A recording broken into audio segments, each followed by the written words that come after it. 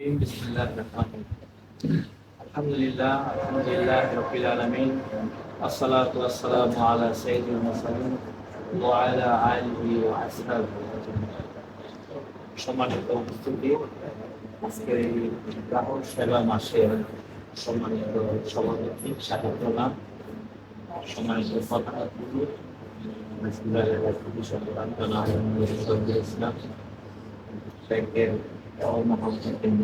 গ্রাহক বৃন্দ, আমার গ্রামবাসী, আসসালামু আলাইকুম ওয়া রাহমাতুল্লাহ। ইসলামী ব্যাংক বাংলাদেশ এই দেশে 1983 সালে গঠিত হয়।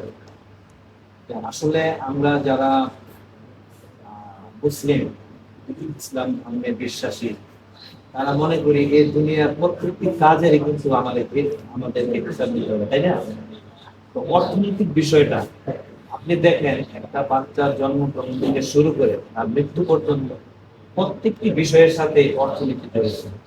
এই অর্থনীতিকে শুদ্ধ করার জন্যই এই দেশে একটি ব্যাংক প্রতিষ্ঠিত হয়েছে। এটি শুধু একটি ব্যাংক না, এটি আমাদের অর্থনীতিকে পবিত্র করার জন্য, সুদৃঢ় করার জন্য, অর্থনীতিকে একটি শৃঙ্খলাবদ্ধ করার জন্য সে ব্যাংকটি গঠিত হয়। আমি মনে করি এটি আল্লাহ পাকের অশেষ একটি নিয়ামত।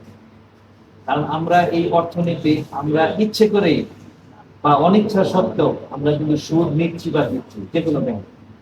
এখন আপনি যে কোনো ব্যাংকেই যাবেন, এই ইসলামী ব্যাংক অনুসরণ করে প্রত্যেকটি ব্যাংকে তাদের ইসলামী একটি উইং গঠন করেছে। আমারও কয়েকটি ব্যাংকে অ্যাকাউন্ট আছে, তো আমি ওনাদের সাথে আলাপ করে বলি, তো অ্যাকাউন্ট করবো তাহলে ইসলামী অ্যাকাউন্ট করবো।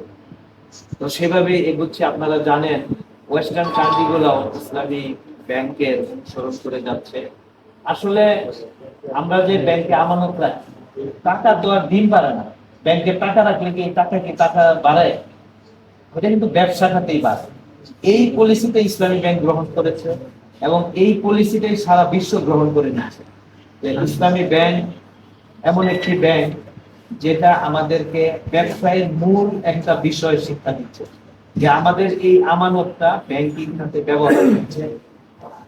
ব্যাংকিং খাতে ব্যবহার হওয়ার পরে এখানে যে কর্মকর্তা কর্মচারী আছে তাদের এখানে বেতন দিচ্ছে এবং আমাদের আমানতের, আমাদের ডিপোজিটের সুরক্ষা দিচ্ছে এবং আমার প্রয়োজন অনুযায়ী তারা আমাকে ঋণ দিচ্ছে এবং ঋণটা হালাল করার চেষ্টা করছে।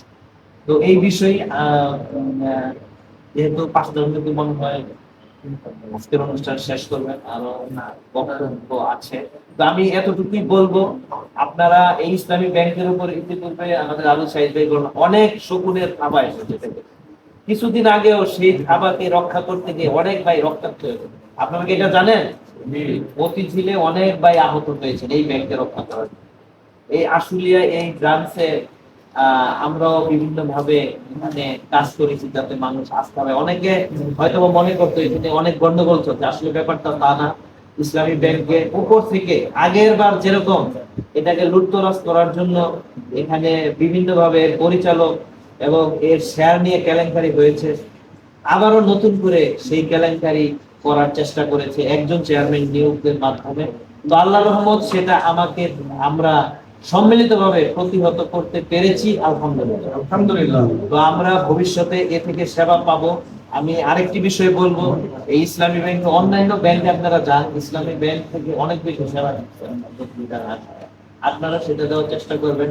বিগত কিছু কর্মকর্তা কর্মচারীর জন্য আজকে আমি একজনকে দাওয়াত দিচ্ছি, বলবেন না ইসলামী ব্যাংকে যাবো, সেই সুনামটা আপনারা ভালো রাখবেন। এখানে আপনাদের এখানে আছে ইসলামী ব্যাংক, এখানে মানুষ যাতে অন্যান্য ব্যাংকের চেয়ে আরো বেশি সেবা পায় সে প্রত্যাশা আমি রাখবো। সে আশাবাদ ব্যক্ত করে আমার কথা শেষ করছি। আল্লাহ পাক আমাদেরকে প্রত্যেকটি ভালো কাজের সাথে শরীক থাকার তৌফিক দান করুন। আমার তৌফিক ইল্লা বিল্লাহ। আসসালামু আলাইকুম। ধন্যবাদ।